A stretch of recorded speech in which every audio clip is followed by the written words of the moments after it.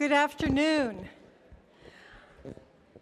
I'm Dr. Patricia Underwood. I'm the Executive Associate Dean for the School of Nursing. And on behalf of myself and Dean Weichel, we're delighted to welcome you this afternoon to this annual Schlotfeldt Lecture. I do have a brief announcement. Please, everybody, turn your cell phones off or to vibrate.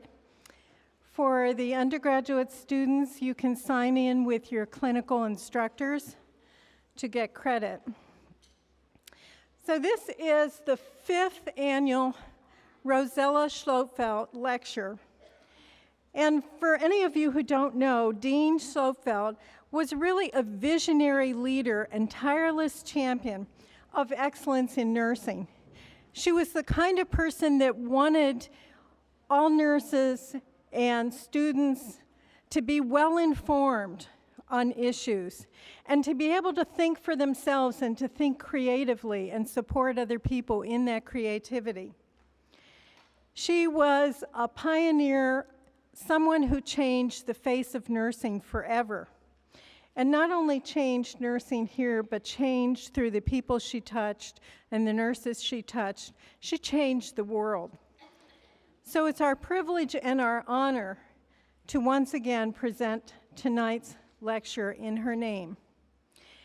And it's only befitting to give a thanks to Dr. Lynn Lotus, who's our Associate Dean for Undergraduate Programs, because she has taken the leadership in making sure that this wonderful annual lectureship carries on. And I think Dr. Lotus certainly is a person who exemplifies those qualities that Rozella Schlotfeldt talked about: the vision and the leadership, the creativity, the risk-taking. This year's lecture is focused on the future of healthcare. And as you all know, it's one of the most critical issues for us at the current time.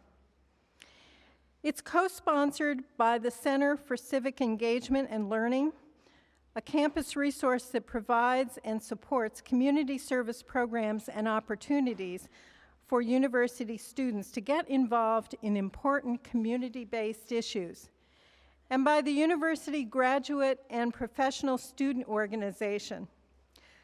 I'd like to thank, and I know Dean Weichel and Dr. Lotus would join me in thanking these groups for co-sponsoring with us tonight's program. I'd like to now introduce you to Kathleen Montgomery, a faculty member from the School of Nursing, and she will come to the podium and introduce tonight's featured speaker, Ms. Sheila Burke. Following Ms. Burke's address, Mr. Jimmy Harris, president of the Graduate and Professional Student Group, will introduce this evening's panel of experts.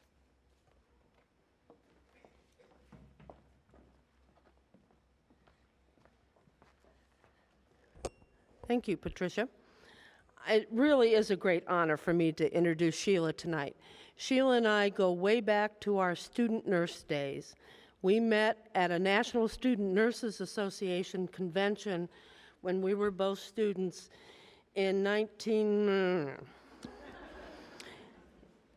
She really exemplifies to me what you can do with your nursing education that you really don't see as an option right now. But I want to highlight some things from her career that show that the education you're getting as a nurse prepares you not only to take care of patients, but also to do a lot of other things that you really hadn't even considered at this time. Sheila started with a Bachelor of Science degree from the University of San Francisco, and from there she became a staff nurse. And then she decided to migrate to the East Coast, and she took on a staff position at the National Student Nurses Association. She also went back to school and got her Master's of Public Administration in 1982 from the JFK School of Government at Harvard. That allowed Sheila to then launch into the area of government. And from 1977 until 1996, Sheila served in a variety of positions and in Washington, D.C. She started as a legislative assistant with Senator Robert Dole, moved to the Senate Finance Committee, where she started as a staff member and quickly worked up the ranks to become chief of staff to the majority leader of the Senate. She also served as the Secretary of the U.S. Senate in 1995. And the Secretary of the Senate is the Chief Administrative Officer of the Senate, who has responsibility for the body's legislative, financial, and administrative functions. That's about 250 people and about a budget of $20 million. After she had her little stint in the government, she went on into academia. And from 1996 until the year 2000, she served as the executive dean and lecturer in public policy at the John F. Kennedy School of Government at Harvard.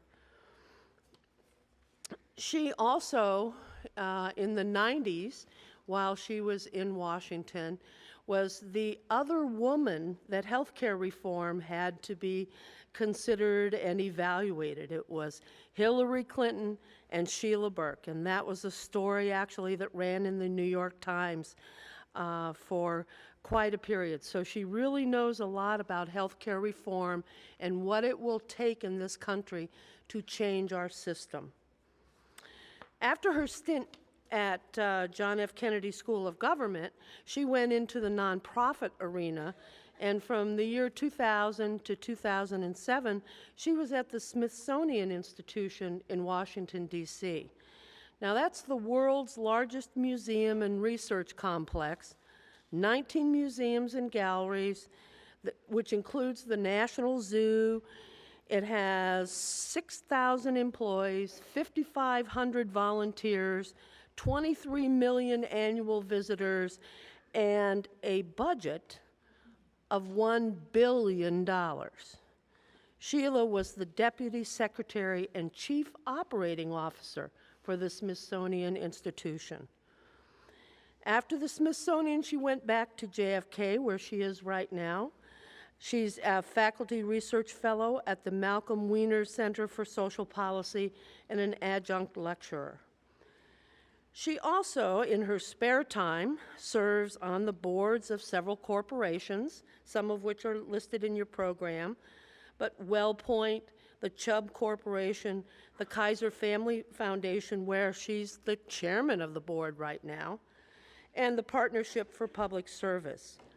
She serves on the Robert Wood Johnson Foundation's Commission to Build a Healthy America, the Medicare Payment Advisory Commission, and the Kaiser Commission on Medicaid and the Underserved.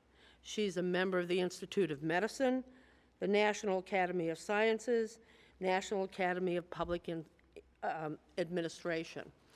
Sheila is a nurse who has used all of her background and skills in nursing education to organize people, to build consensus, to manage resources, and those are the same kinds of skills that you are learning in nursing school today. It's my honor to present Sheila Burke.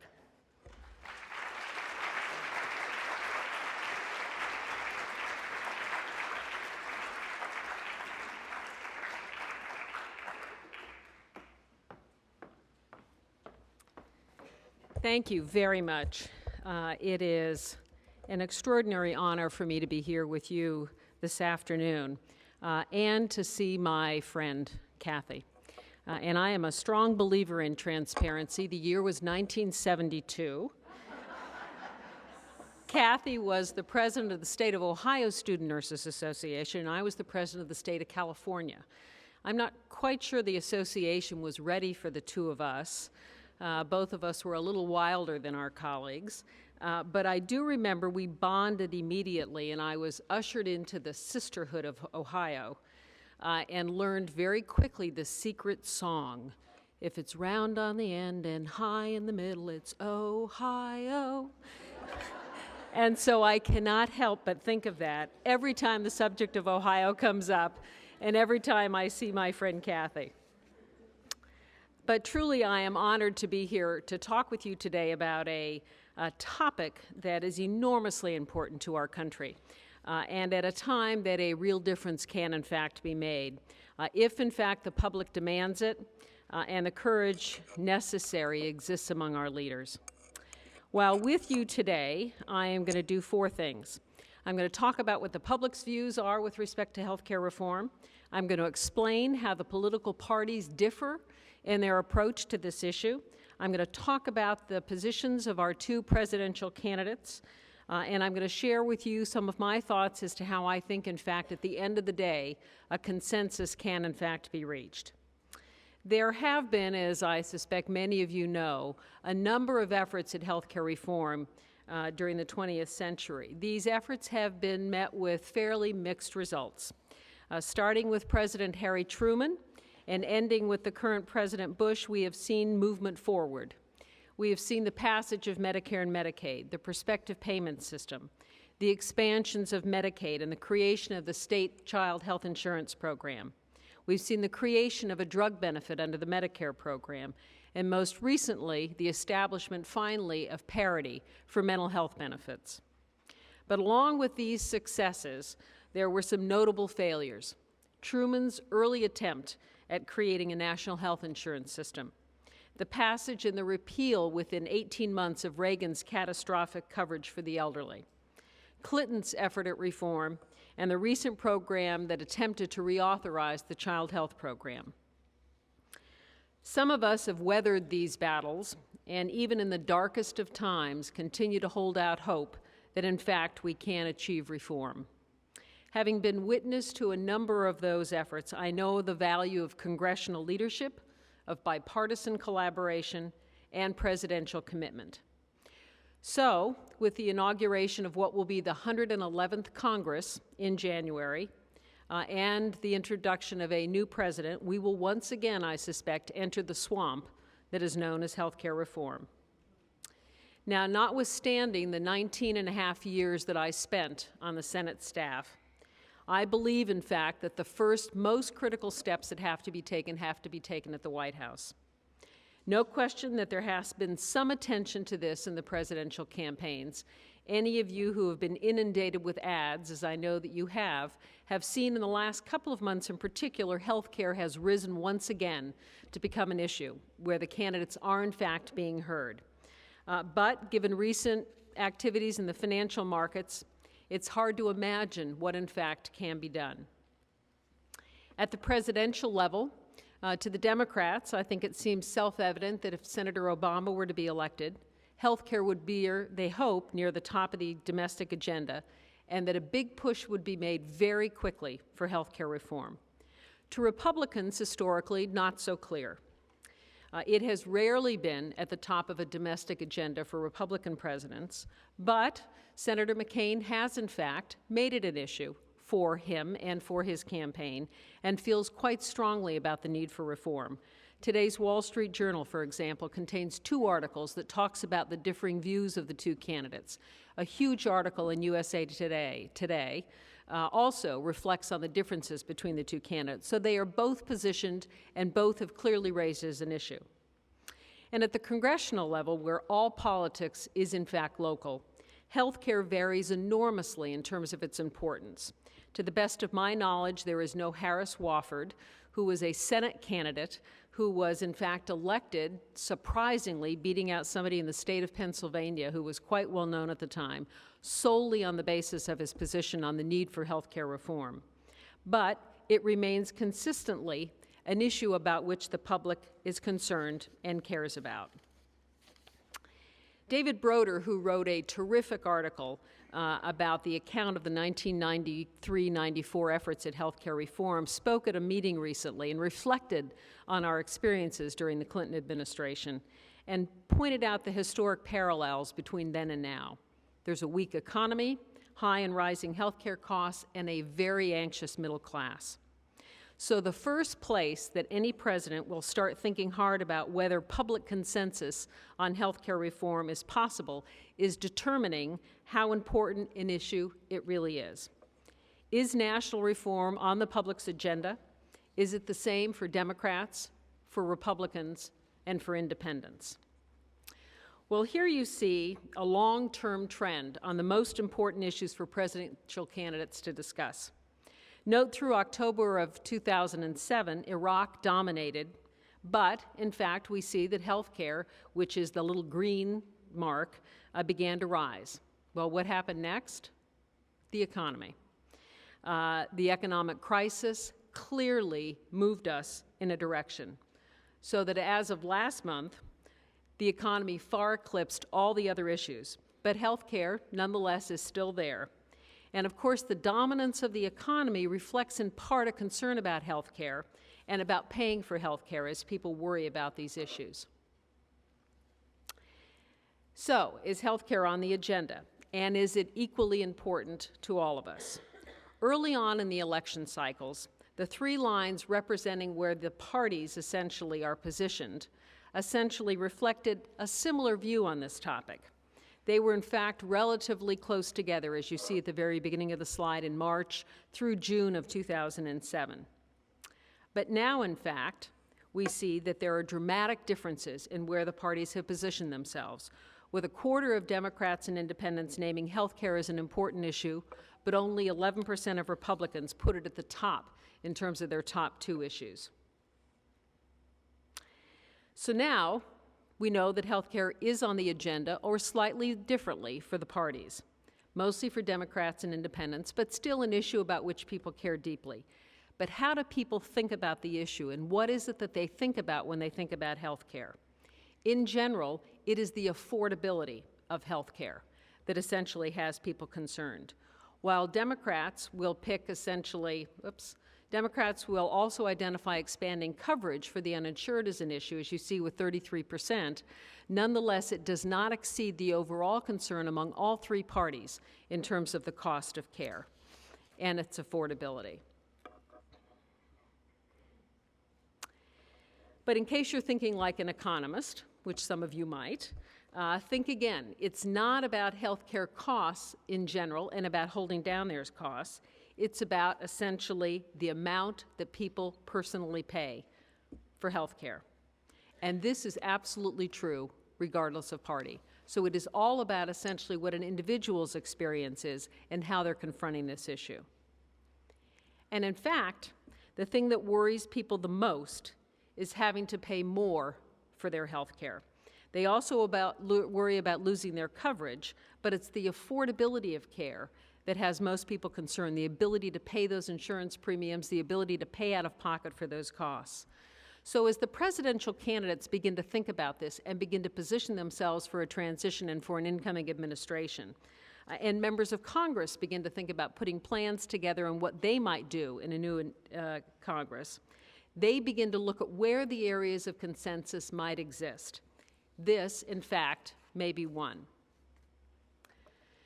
Now, when asked if changes are needed, everybody agrees that changes are needed. First, in terms of acknowledging that there is, in fact, a problem. All three parties agree. We see that majorities of all three groups agree that major changes are needed. The red part essentially reflects that. But here, we see that there may well be a majority in all cases, which would again suggest that this is something about which people care and may in fact be something that people wish to have considered as part of a new administration. So the question will be how it is they want to position themselves. Here they agree that the uninsured is also a serious issue in all three parties. But critical to our efforts to understand what the public wants and how best to solve the problems identified, we find a fundamental disagreement on what the role of the government should be. The majorities of Democrats and independents favor the federal government, but Republicans are quite split. There is no majority here in terms of whose responsibility it should be and the role of government. And we know that both Senator Obama and Senator McCain take radically different positions in terms of what the role of the government might be in solving this problem. And when they are given options about who should be responsible for ensuring coverage, we see further fracturing. The red part of the pie notes that half of the Democrats think that the federal government should be mainly responsible, but just a third of the independents and 1 in 5 Republicans.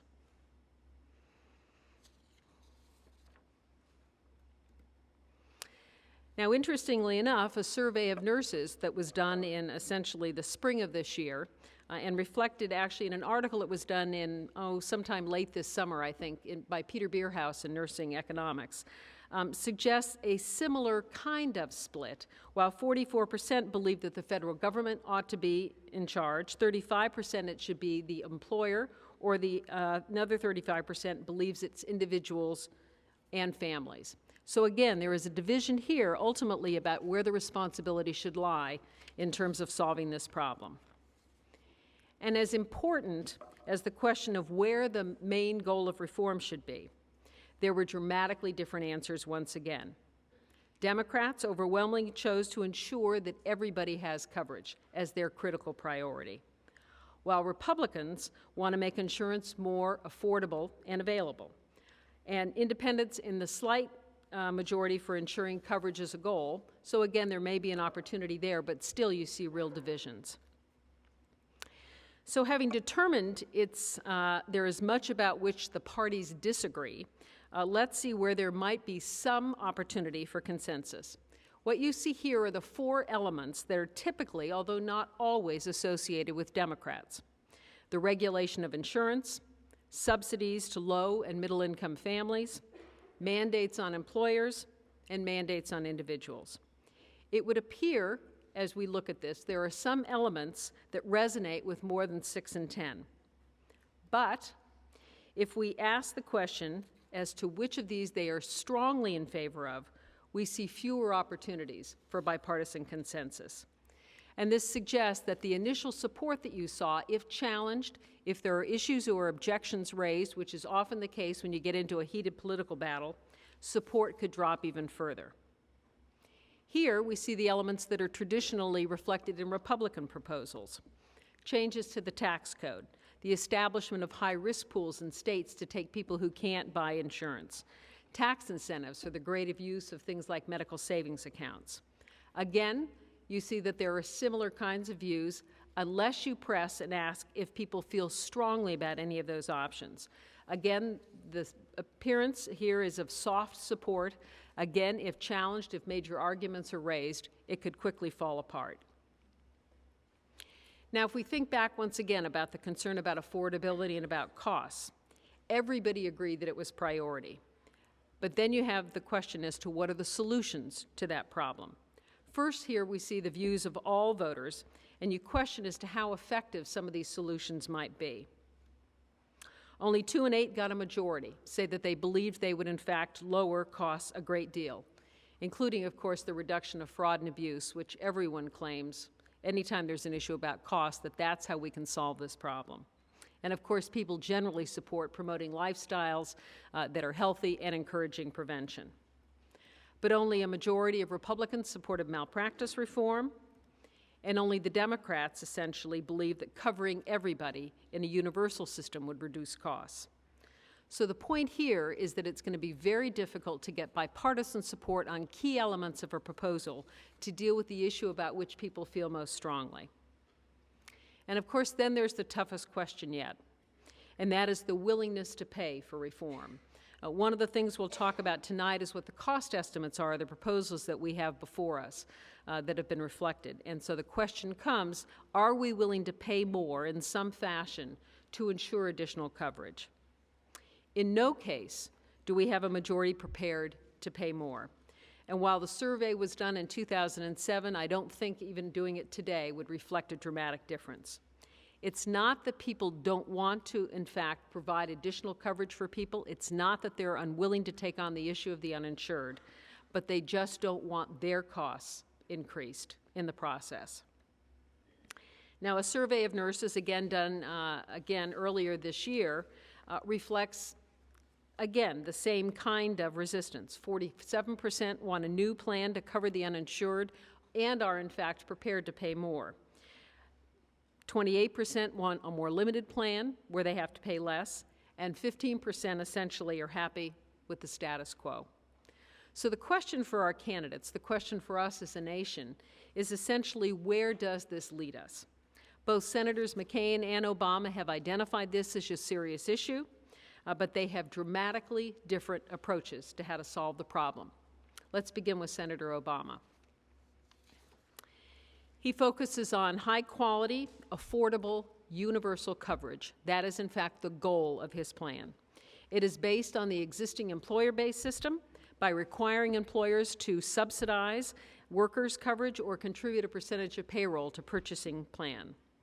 He believes the biggest problem in the market are for individuals and small firms who cannot afford coverage or essentially can't go into that market. And so he provides subsidies to both individuals and families, and he provides subsidies to small businesses.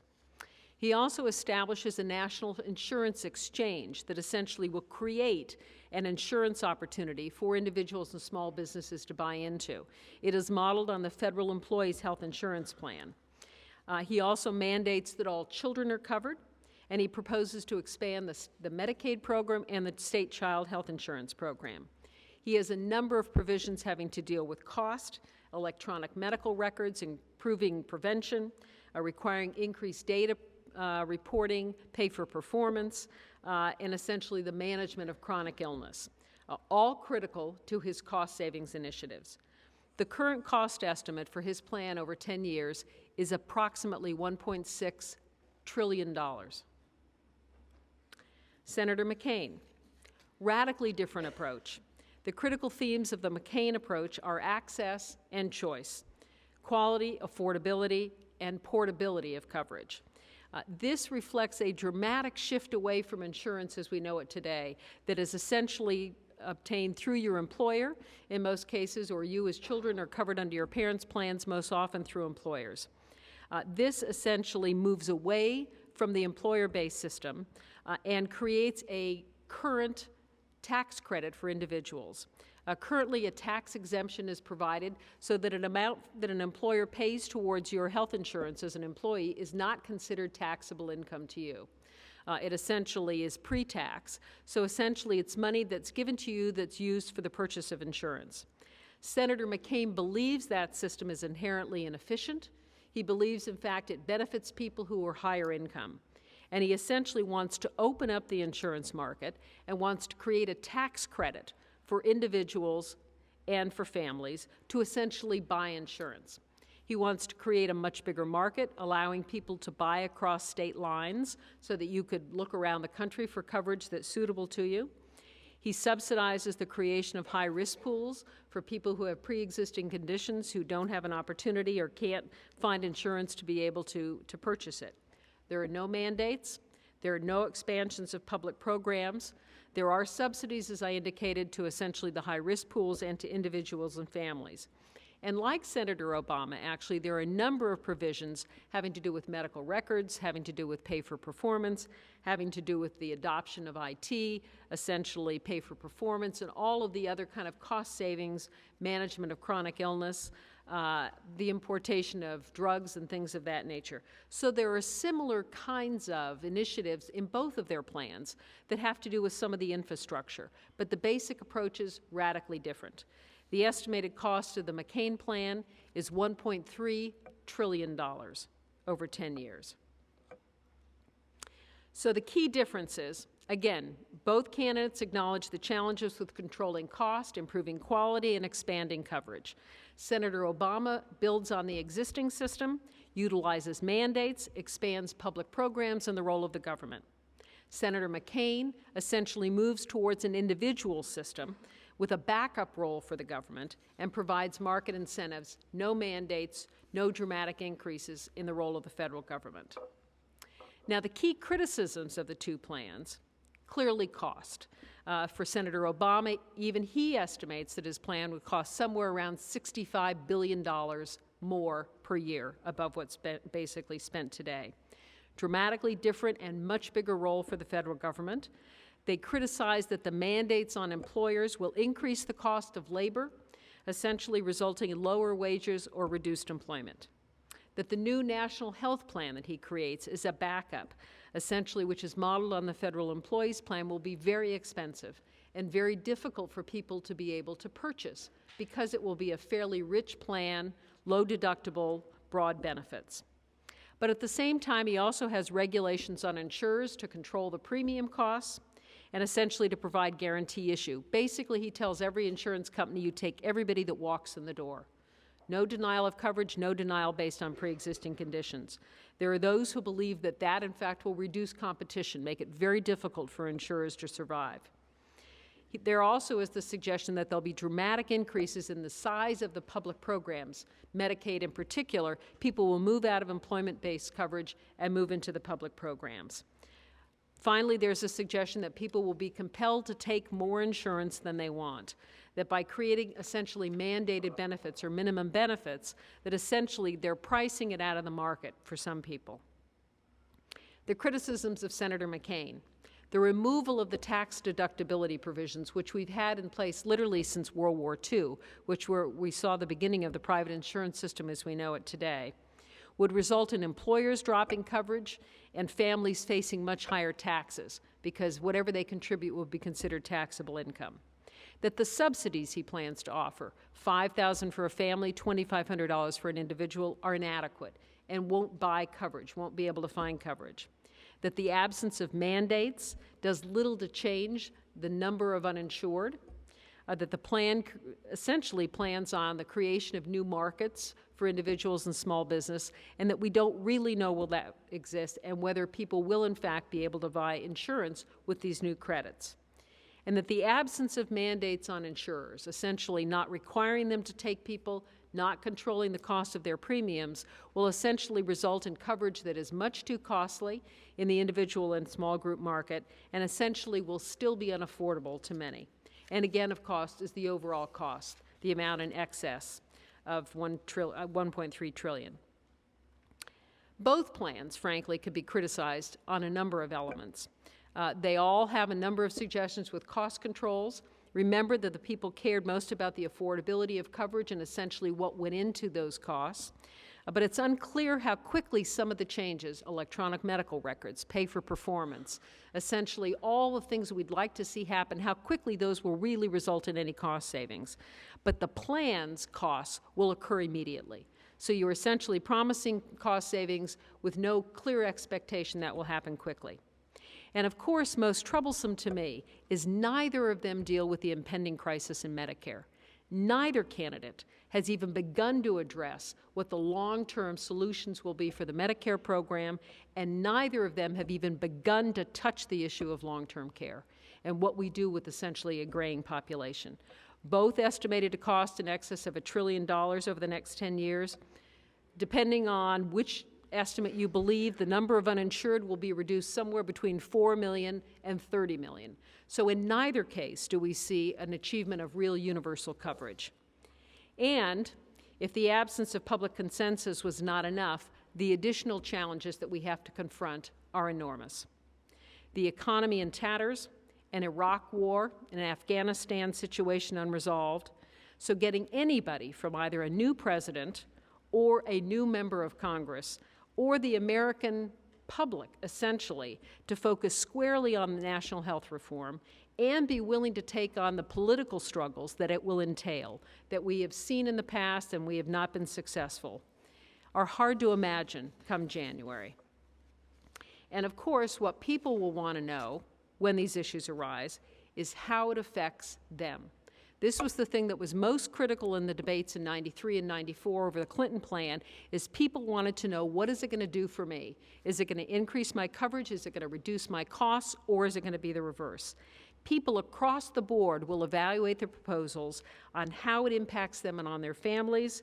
And right now, there's not much sense that many of the proposals, whether it's universal coverage or the movement to essentially the individual market, or the variety of cost containment proposals they've discussed, are much of an improvement for people who are currently covered. And of course, even here, again, on the other side, when many argue for a universal system, McCain argues for moving away from what we know as the employment-based system, getting employers out of the business and essentially empowering the individual. But when you ask people about getting insurance through their employer or purchasing it on their own, people tell us their employer can do it better, they can get better deals, They believe, for example, that essentially they will have a better opportunity if the employer stays involved, and that they'll have a better chance of getting a good price and finding insurance if they need it. So again, this data is true for both Republicans, for Democrats, and for independents, that no one yet believes that any of these solutions would make them better off. Universal system, moving away from employer-based towards individual market.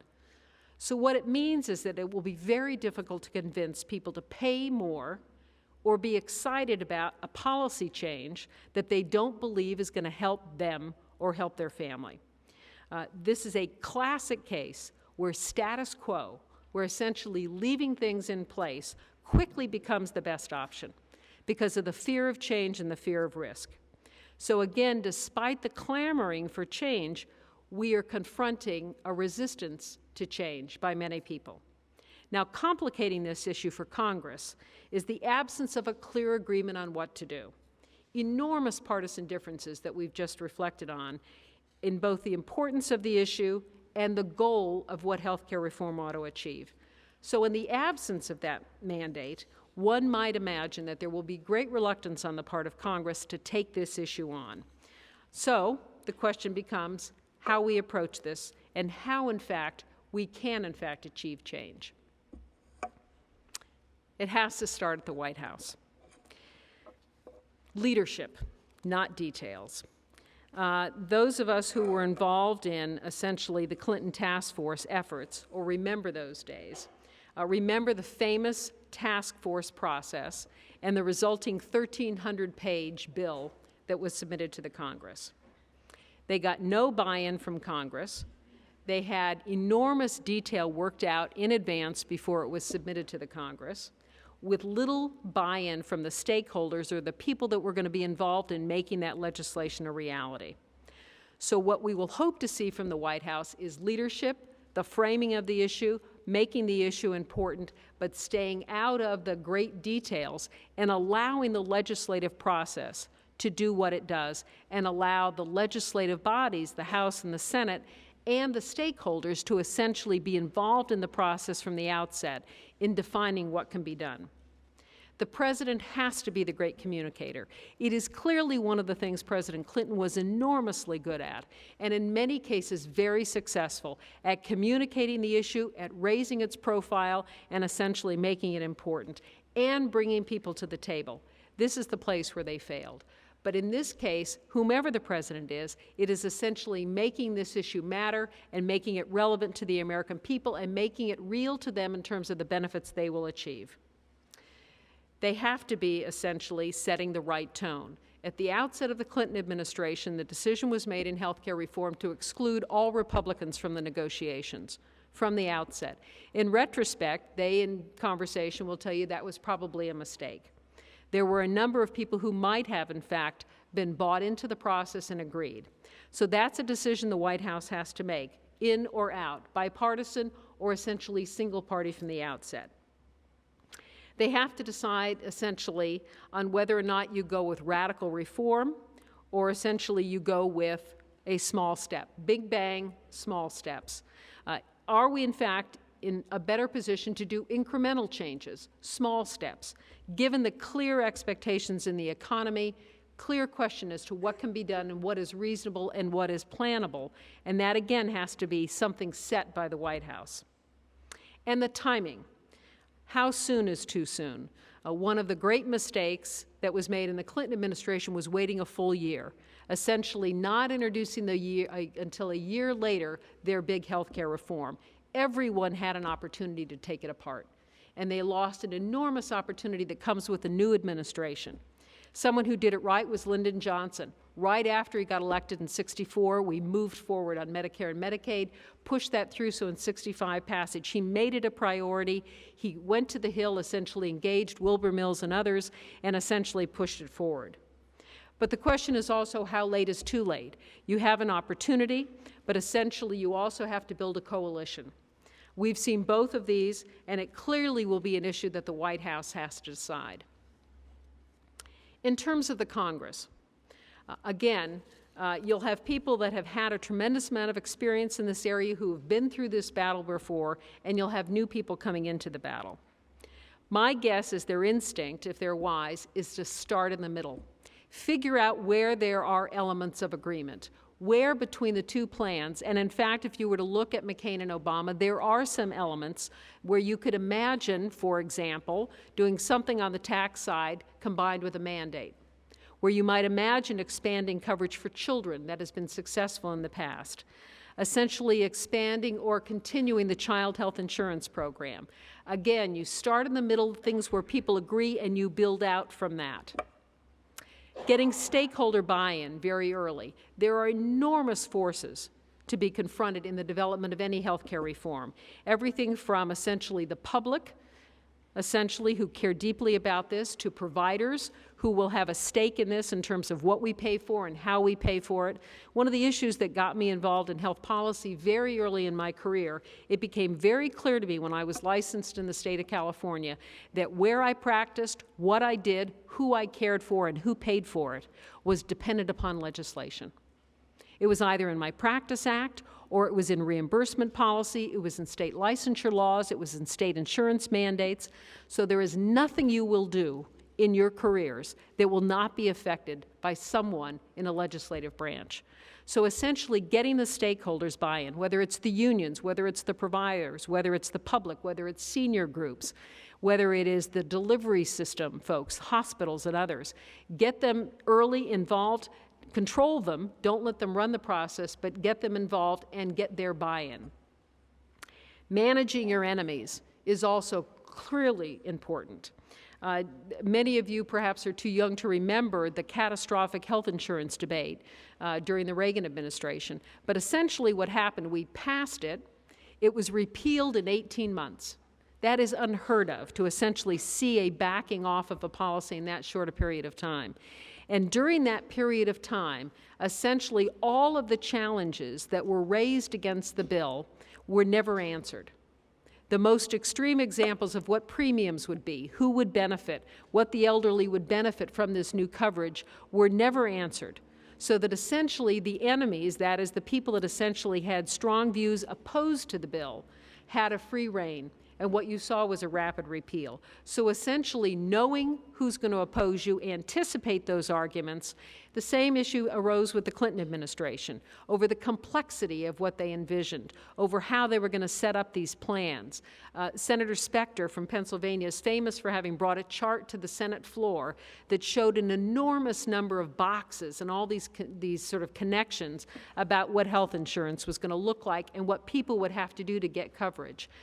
Farly in excess of what was the reality, but the ability to make that argument and have it unanswered essentially was a death knell for that bill. Controlling the states and involving the states. We essentially have seen them be there and doing it. We've seen Massachusetts, who's passed a plan and had some success. We've seen the failure in California to achieve a similar result.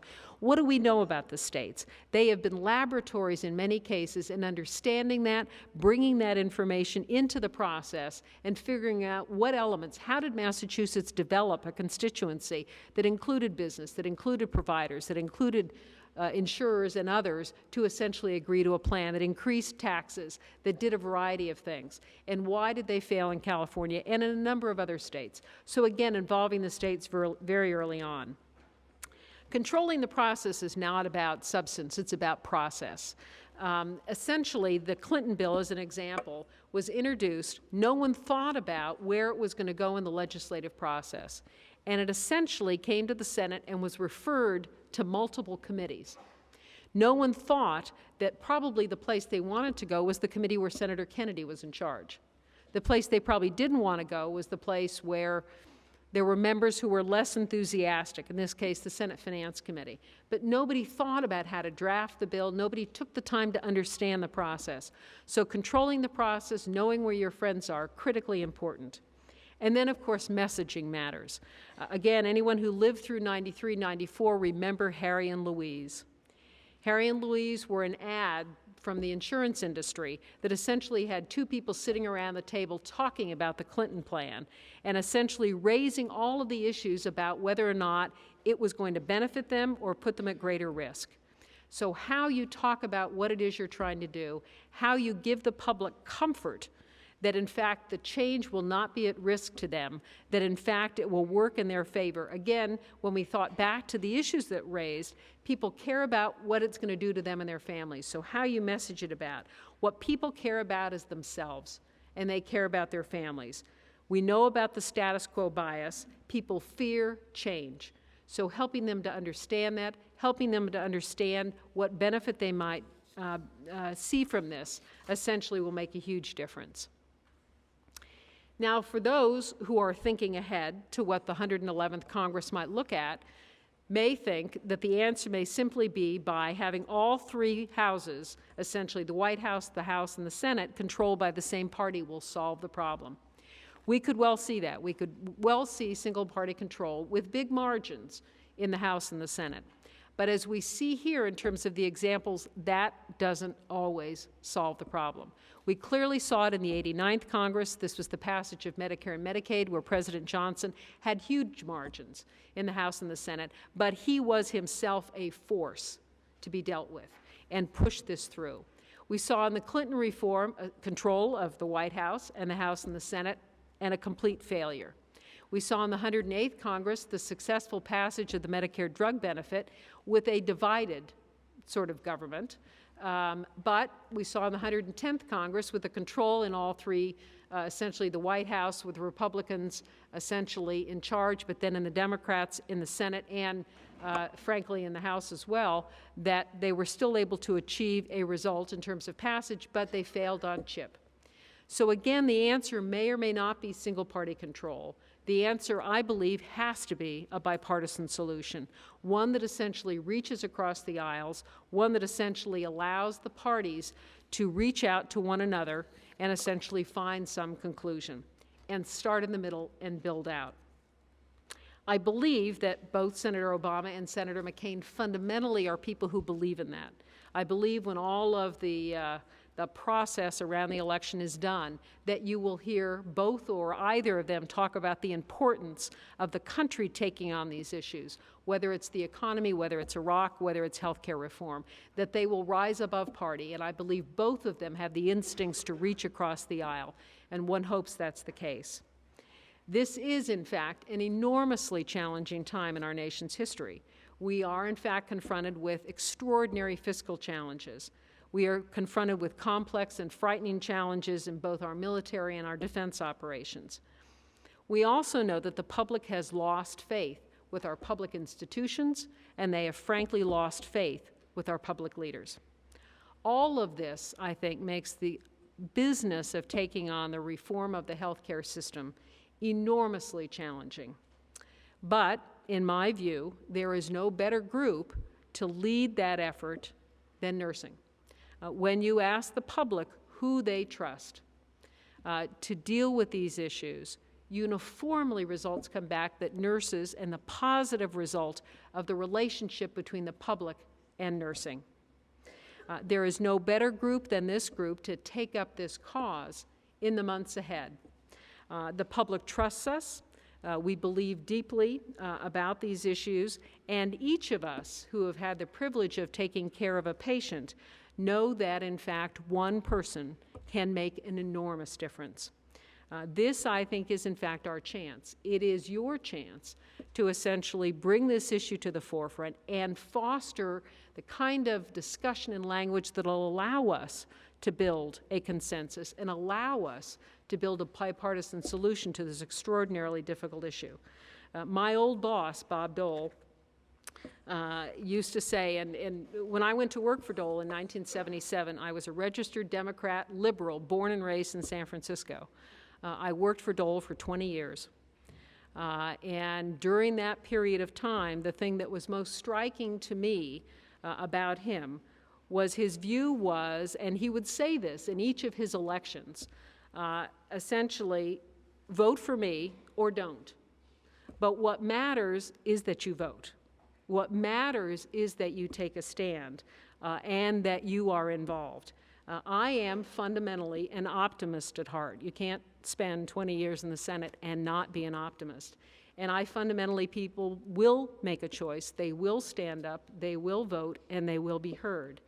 And I think in Washington, the sun rose over Capitol Hill and, in fact, received broad bipartisan support. So there is an opportunity out there. Thank you very much.